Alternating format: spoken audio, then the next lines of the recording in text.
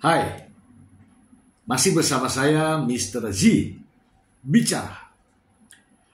Tentu saja bicara tentang kebenaran berdasarkan fakta, data, dan realita. Teman-teman, setelah Nikita Mirzani dan Mail, asistennya, ditetapkan sebagai tersangka, begitu banyak beredar di berbagai media kabar tentang hal tersebut. Dan saya melihat dan membaca beberapa komentar yang ada pro dan kontra. Di sini yang menjadi aneh, ketika ada juga yang menyalahkan pihak yang berwajib. Sementara ada juga yang mendukung Nikita Mirzani. Ada juga yang mendukung pihak Dr. Reza Kletis. Saya melihat begini teman-teman. Bukan karena siapa Nikita Mirzani, bukan karena berapa banyak harta Nikita Mirzani, bukan. Saya melihat begini ya. Kalau urusan gaya hidup itu terserah. Itu bukan urusan saya. Tetapi ketika Nikita Mirzani sebagai public figure mengungkapkan pernyataan yang ya walaupun dia public figure, tentu saja tidak semuanya benar. Gitu ya. Supaya kita tidak larut dalam pernyataan. Walaupun dia public figure, semua masyarakat kenal, tapi tidak semua pernyataannya itu benar. Dan kita semua harus pandai menilai. Saya ingin meluruskan, setidak-tidaknya mengungkapkan yang sebenarnya. Setelah Nikita Mirzani dan Mail ditetapkan sebagai tersangka oleh Polda Metro Jaya di bagian Ditres Cyber Polda Metro Jaya, Nikita Mirzani buka suara dan menimbulkan pro dan kontra. Salah satu contoh, pihak Polda Metro Jaya merilis bahwa Nikita Mirzani telah melakukan pemerasan. Dalam sebuah pernyataan, Nikita Mirzani menanggapi hal itu. Di mana pemerasannya? Sehingga ada pro dan kontra. Kemudian Nikita Mirzani mengatakan bahwa saya tidak memaksa. Ya kan? Pihak Polda Metro Jaya mengatakan bahwa ini pelanggaran Undang-Undang ITE karena disampaikan melalui elektronik. Ya kan? Kemudian dalam potongan wawancara atau pernyataan Nikita Mirzani, dia mengatakan bahwa itu semua ada buktinya, percakapan 9 menit, dan itu dijadikan bukti oleh Polda Metro Jaya Cyber. Tapi buktinya itu diabaikan, kata Nikita Mirzani. Buktinya dia menjadi tersangka. Oke ya teman-teman ya, saya ingin memperlihatkan dia potongan saja dulu ya, potongan karena yang utuhnya sudah ada. Potongan berikut ini, pernyataan dari Nikita Mirzani. Nggak sampai 1 bulan. Nah terus habis itu dia melaporkan gue ke Polda Cyber, ya kan, katanya gue memeras dia. Padahal inti ceritanya adalah dia itu nyari gue. Karena gue punya salah satu produk dia yang berbahaya, yang ada jarum suntiknya, yang tidak boleh diperjualbelikan di e-commerce. Karena kan kalau ada jarum suntiknya berarti kan lo harus melakukannya di klinik atau sama orang-orang yang berkompeten, ya kan. Tapi dia jual di e-commerce berarti kan bisa dipakai sama orang-orang yang tidak mengerti apa-apa. Pokoknya lo pakai aja karena katanya bisa glowing, bisa sehat mukanya apa segala macam. Nah gue punya, dia tahu, terus dia mencarilah nomor telepon gue ke teman-teman terdekat gue di Cyber Polda. Dan gue dengar, alhamdulillah dia rekam, karena dari rekaman itu jelas sekali tidak ada pemerasan atau pemaksaan, apalagi pengancaman. Karena dari awalnya bilang, Kak aku mohon dong mau diketemukan sama Kak Niki, karena aku sudah 1 bulan lebih tidak jualan. Soalnya apapun yang Kak Niki omongin, apalagi dia posting, pasti orang percaya. Berarti kan kekuatan mulut ini kan bahaya kan? Bahaya sekali. Reza sendiri. Oke teman-teman ya, sebelum kita ulas, gambarannya adalah Nikita Mirzani telah benar ya diakui ini, telah menerima uang sebesar 4 miliar rupiah. Ya, ada pertanyaan besar di situ. 4 miliar rupiah ini untuk apa? Untuk apa? Itu pertanyaannya.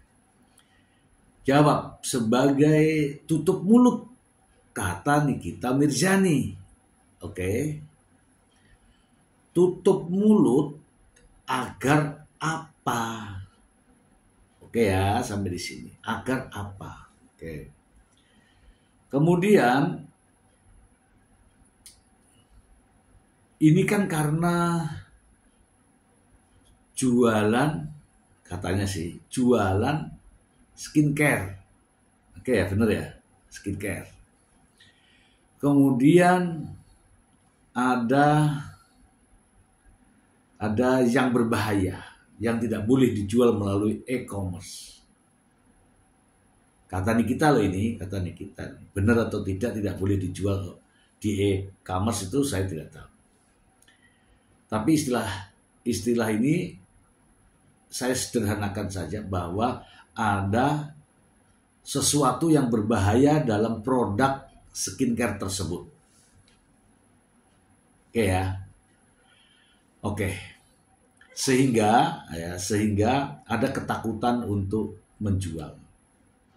Sekarang pertanyaannya, uang yang diserahkan ke Nikita Mirzani itu uang siapa? Dan uang dari mana? Oke, kalau itu dipotong sampai di sini saja, TPPU-nya jelas sudah terjadi. Ini teman-teman, katakanlah skincare tidak boleh dijual karena mengandung berbahaya. Jangan di skip dulu ya. Katakanlah mengandung zat berbahaya atau ada bahan yang berbahaya, akhirnya tidak boleh untuk dijual ke e-commerce. Oke, barang ini tidak boleh dijual, tapi dijual. Oke lah, sudah dijual, uangnya dapat, uangnya ngumpul nih. Artinya ini uang adalah hasil penjualan skincare yang dilarang. Clear ya? Dia jualan barang yang terlarang, yang tidak boleh dijual, tetapi dilakukan.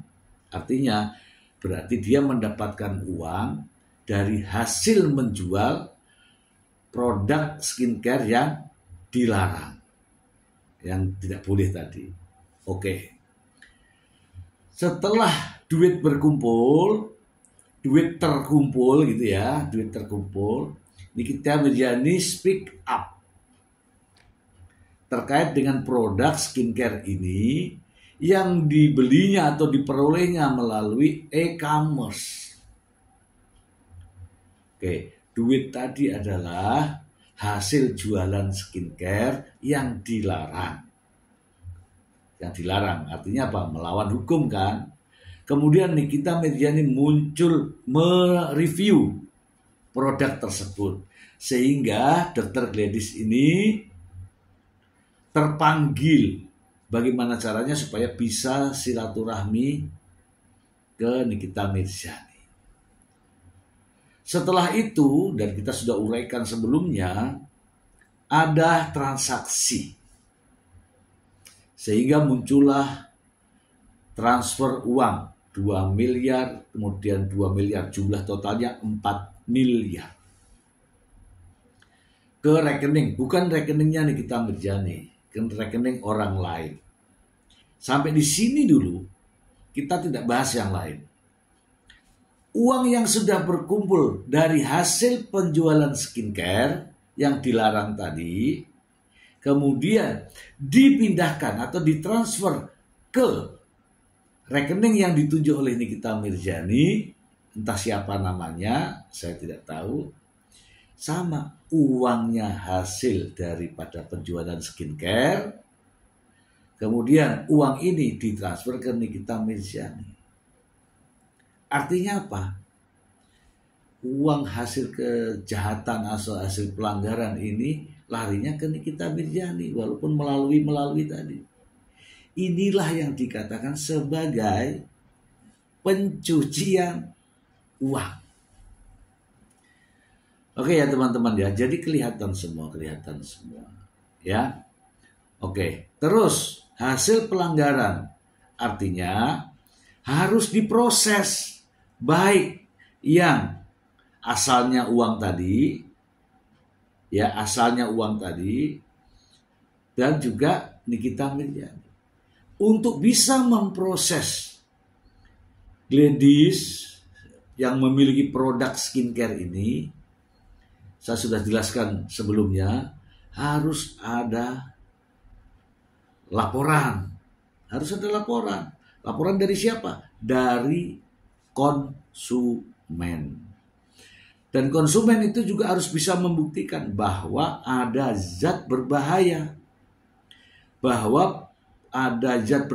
Yang bisa mengakibatkan ini. Dan ini harus mendapatkan keterangan ahli dan juga hasil laboratorium. Masalahnya sekarang yang di sini tidak ada. Tetapi Nikita Mirzani tidak ada, itu maksudnya tidak ada proses. Nikita Mirzani menikmati uang.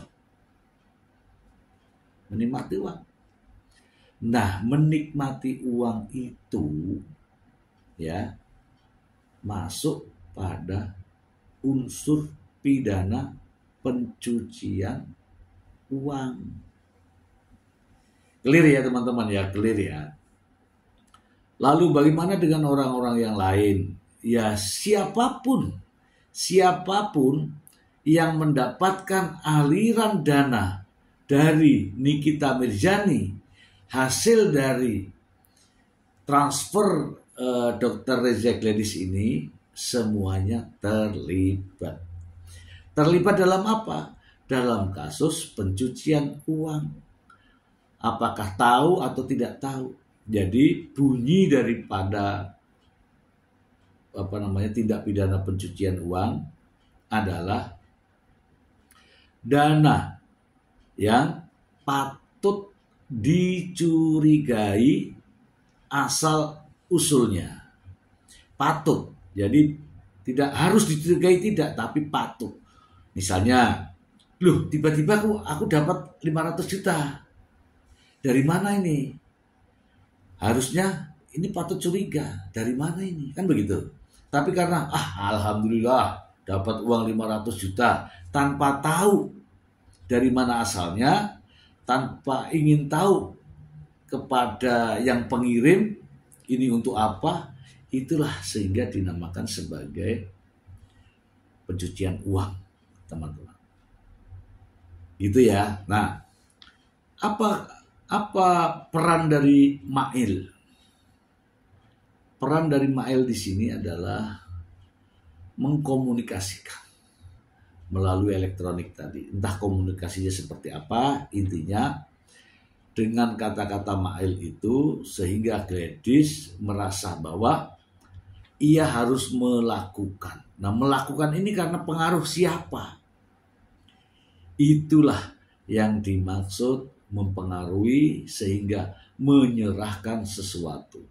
Menyerahkan sesuatu ini dalam bentuk uang. Oke, kalau terkait dengan kasus TPPU biasanya akan terungkap semua ini. Nanti akan ada yang namanya pemblokiran rekening, ada penyitaan uang, ada penyitaan barang yang dibeli dari uang ini. Kemudian ada pencekalan. Banyak macam yang akan dilakukan. Karena ini untuk TPPU ya teman-teman ya. TPPU itu adalah kejahatan atau tindak pidana lex specialis.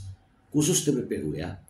Lex specialis artinya memiliki atau mempunyai dasar hukum tersendiri. Tidak ikut dalam tindak pidana umum. Dan TPPU harus ada urutan. Mulai dari uang dari mana, kemana lagi, beli apa, dijual kepada siapa, beli apa, dijual kepada siapa, terus ya. Rangkaian ini akan dikejar polisi. Dan yakinlah polisi menetapkan Nikita Mirzani, menetapkan Mail sebagai tersangka tentu saja sudah didukung dengan alat bukti. Dan ini sangat luar biasa karena kasus ini ancamannya tidak main-main. Khusus TPPU saja karena ini berat. Ya, berat 20 tahun.